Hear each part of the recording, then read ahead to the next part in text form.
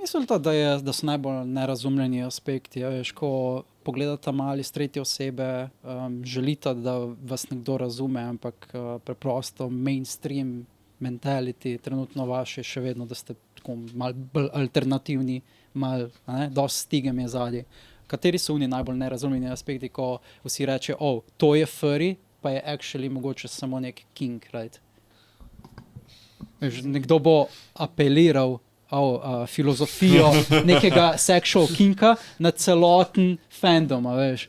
In to se je dogajalo in to je vedno tako. Mislim, veš, iz doggy style furja, ne? Lahko že kle začnemo, ampak ne, načeloma pač ja, neka stigma glede tega je obstajala, zmeri bo si mislim, da je tudi v anime fandomu zelo podobno, ne?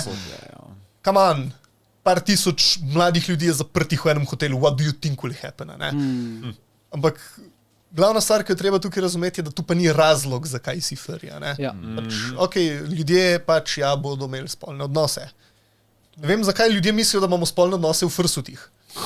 It's impossible. Stvar stane 6 ur, nečeš umazati, pa hit stroke boš imel. Exactly. Mislim, good luck, ne? To je prvo stvar, Zakaj bi sploh dejansko tvegal, da se karkoli zgodi suto, za katerega si zapravil mesece in na tisoče evrov? Ja, To je spet nek art, konc koncev. Isto kot cosplay, kaj je art, pa isto kot nekaj narišeš. To je del Rule arta. 34 is a thing. Tu vsi vemo, tu mislim, da se anime folk izredno dobro zaveda.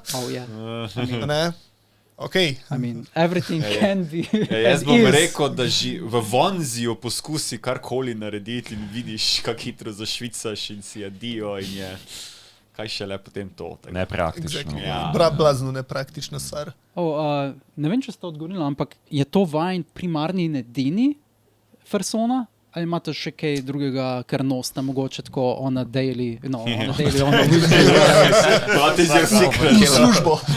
Ne v službo, ampak ko greste na kone, je to edini sud, ki ga imate trenutno. On na daily nosi ta človeški furset. Spodaj je This is my nekada kin. furless persona.